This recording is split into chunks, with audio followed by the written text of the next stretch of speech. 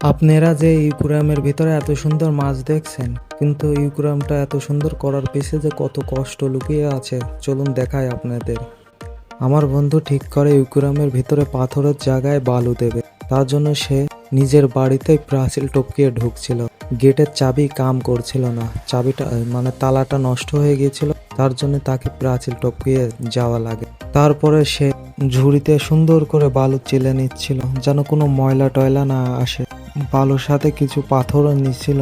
সুন্দর করে চালার পরে তারপরে আমার বন্ধু পাশে একটা পুকুর দেখতে পায়। সে পুকুরে যা মনে হচ্ছিল যে মাছ খুঁজছিল, কিন্তু দেখি না, সে ইউকুরিয়ামের ভিতরে গাছ দেবে, তার জন্য গাছ খুঁজছিল যেগুলো পানিতে হয়। সে কয়েকটা গাছ নিয়ে দেখছিল যে এই গাছগুলো হয় নাকি পানিতে, কিন্তু সে অবশেষে নিরাশা নিয়ে ফেরত আসে, কেননা এই গাছগুলো পানিতে আর হবে না। আমরা যেই বাড়িতে যাওয়ার জন্য রওনা দিয়েছি, হঠাৎ করে ব্যাগ ছিঁড়ে পড়ে গেল।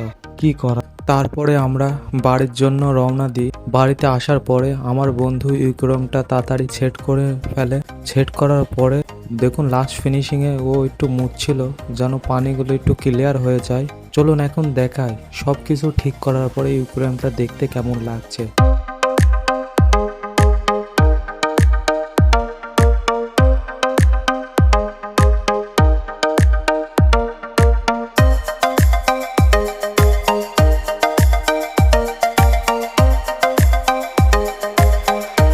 लाइक और सब्सक्राइब कर देना, इससे हमारी मदद हो जाएगी।